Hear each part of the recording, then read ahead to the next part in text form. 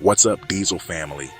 Welcome back to Young Diesel Trucking Reacts. If you're new here, smash that subscribe button because we're about to dive into something that could change everything we know about trucking in America. And I mean everything. Before we get started, let me ask you something. How many of you have felt the crushing weight of EPA regulations on your wallets, the endless compliance costs, the forced upgrades, the restricted engine options? Well, what if I told you that all of that might be about to change in the most dramatic way possible? Today, we're talking about what's being called the biggest deregulatory action in United States history, and it's happening right now under our noses, while most people aren't even paying attention.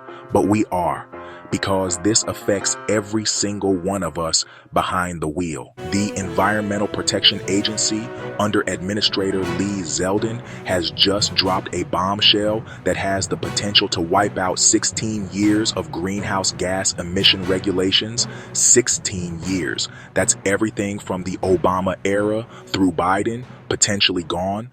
We're talking about regulations that have cost the trucking industry trillions of dollars. But here's where it gets interesting and why you need to stick around for this entire video. This isn't just about rolling back a few rules. We're talking about something called the 2009 Endangerment Finding. Now, if you've never heard of this, don't worry. Most people haven't. But this little known document is the legal foundation for every single EPA regulation on truck emissions for the past decade and a half. Think about it like this. Imagine your truck is built on a chassis. Remove that chassis and what happens? Everything collapses. The 2009 Endangerment Finding is that chassis for EPA regulations, and they want to remove it completely. The American Trucking Association is calling this a victory. They're saying it could save the industry over $1 trillion in compliance costs. $1 trillion. That's money that could go back into your pockets instead of into forced engine upgrades and emission system repairs that break down more often than a CB radio in a rainstorm. But before you start celebrating, we need to talk about what's really happening here, because this story has more twists than a mountain highway, and some of them might surprise you.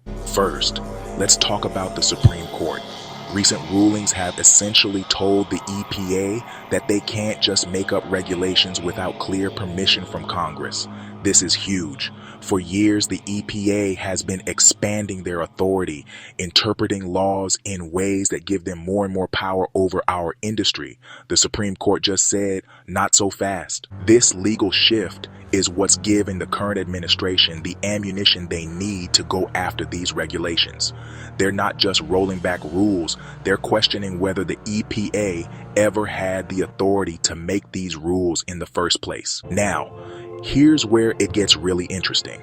California's Air Resources Board, or CARB, is not going to take this lying down.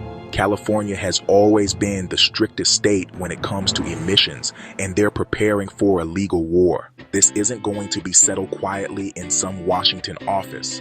This is going to be a knockdown, drag-out fight in federal court. And while this legal battle is happening, what does it mean for you?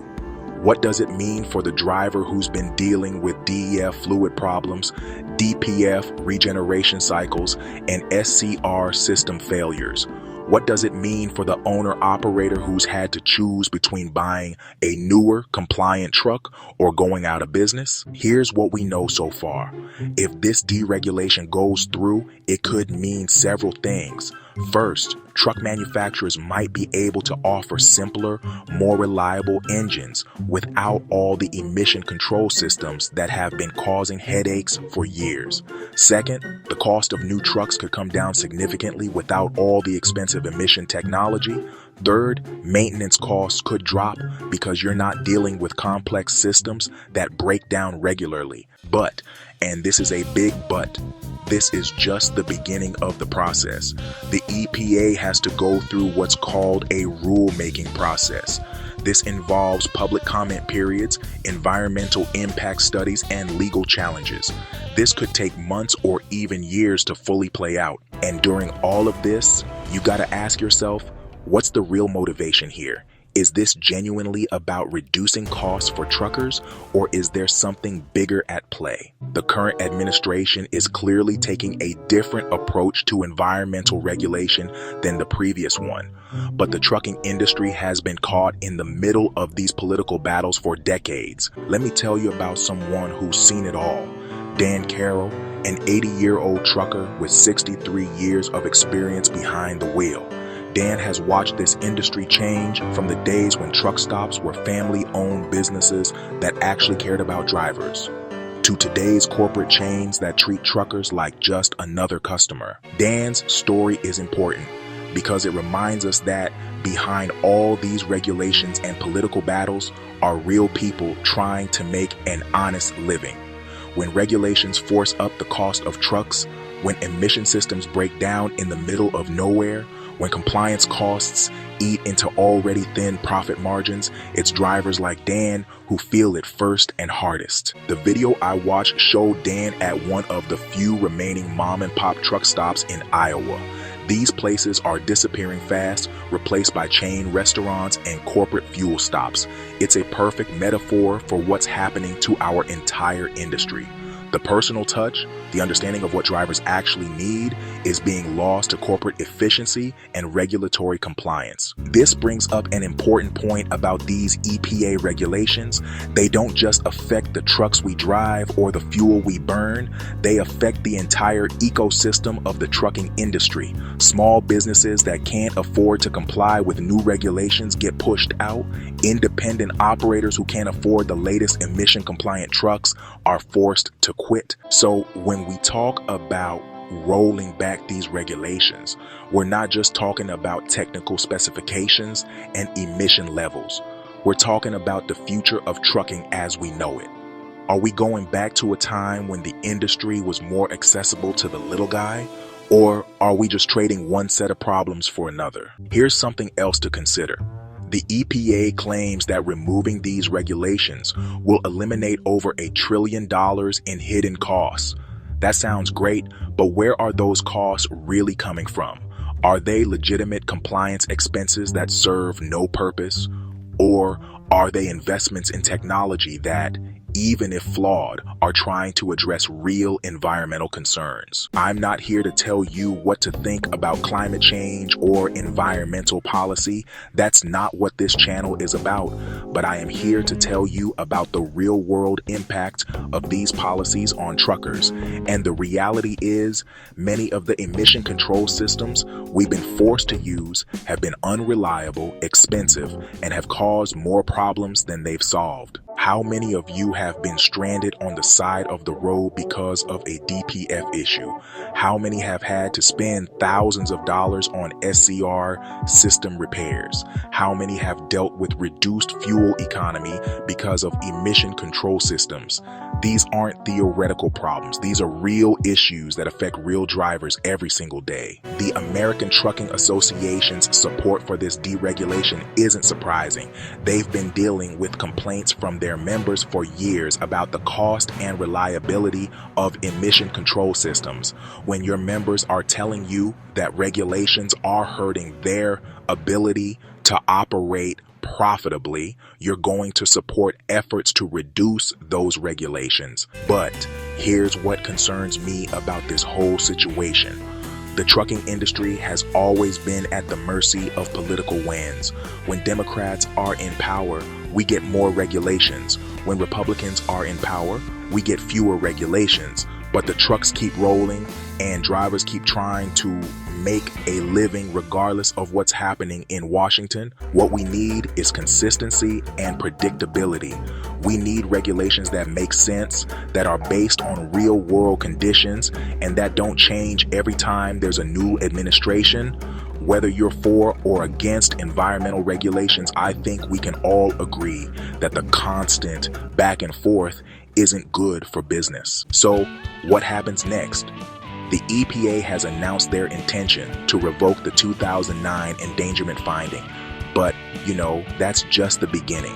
They have to publish the proposed rule, accept public comments, address those comments, and finalize the rule. And during all of this, there will be lawsuits. California will sue, Environmental groups will sue, possibly even some trucking companies that have invested heavily in emission control technology will sue. This could drag on for years, and during that time, the industry will be in limbo. Truck manufacturers won't know what standards they're designing for. Drivers won't know whether to invest in newer, compliant trucks or wait to see what happens. It's uncertainty, and honestly, uncertainty is bad for business. But here's what I think is really going on. This isn't just about truck emissions. This is about a fundamental shift in how the federal government approaches regulation. The Supreme Court decisions limiting agency authority, the new administration's deregulatory agenda, the ongoing battle between federal and state authority, it's all coming together in our industry. Trucking is often the canary in the coal mine for regulatory policy. We're usually the first to feel the impact of new regulations, and we're often the testing ground for new enforcement approaches. What happens with this EPA deregulation could set the tone for regulatory policy across multiple industries. Now, I want to be clear about something. I'm not telling you whether this is good or bad. What I'm telling you is that it's big, it's unprecedented, and it's going to affect every single person watching this video. Whether you're a company driver, an owner-operator, a fleet manager, or just someone who cares about the trucking industry, you need to be paying attention to this. The claim of over $1 trillion in savings sounds impressive, but honestly, we need to see the details. How much of that is real savings that will actually reach drivers, and how much is just accounting on paper? How much will truck prices actually come down? How much will maintenance costs actually decrease? These are the questions we need answers to, and we need to think about the long-term implications. If emission regulations go away, will that lead to innovation in engine technology slowing down? Will fuel efficiency improvements stop because there's no regulatory pressure to improve? Will air quality in areas with heavy truck traffic get worse? These aren't just environmental questions, they're business questions. If air quality gets worse in major metropolitan areas, will there be local restrictions on truck traffic? Will there be pressure for alternative solutions like electric trucks or alternative fuels? Will the public support for trucking decrease if they perceive the industry as not caring about environmental impact? I'm not saying these things will happen, but they're possibilities we need to consider. The trucking industry doesn't operate in a vacuum.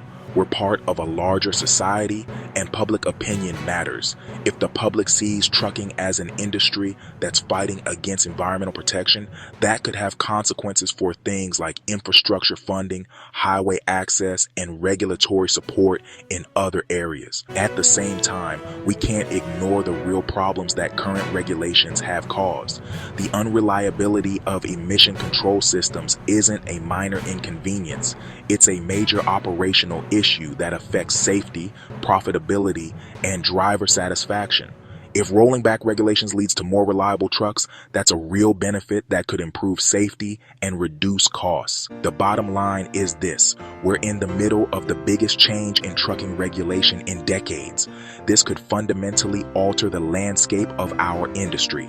The legal battles are just beginning, the political implications are enormous, and the practical effects on drivers are still unknown. What I do know is that drivers like Dan Carroll, with their decades of experience and their understanding of what really matters in this industry, need to have a voice in this process.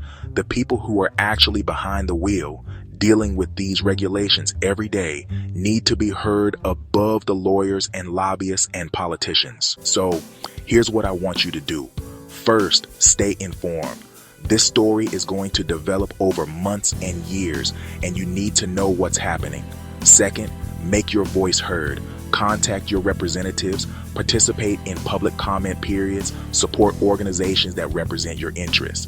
Third, prepare for uncertainty. We don't know how this is going to play out, so make business decisions that can adapt to different outcomes. This is Young Diesel Trucking Reacts, and we're going to keep following this story as it develops, because this isn't just about regulations or politics. This is about the future of trucking, and that affects all of us. If this video was helpful, smash that like button, subscribe if you haven't already, and hit that notification bell so you don't miss our coverage of this developing story. Drop a comment and let me know what you think about this EPA deregulation. Are you for it, against it, or just confused by the whole thing? And remember, whether regulations come or go, whether politicians change their minds, whether the legal system supports truckers or not, we'll keep rolling, because that's what we do. We adapt, we overcome, and we keep America moving. Thanks for watching, Diesel family. I'll see you in the next one.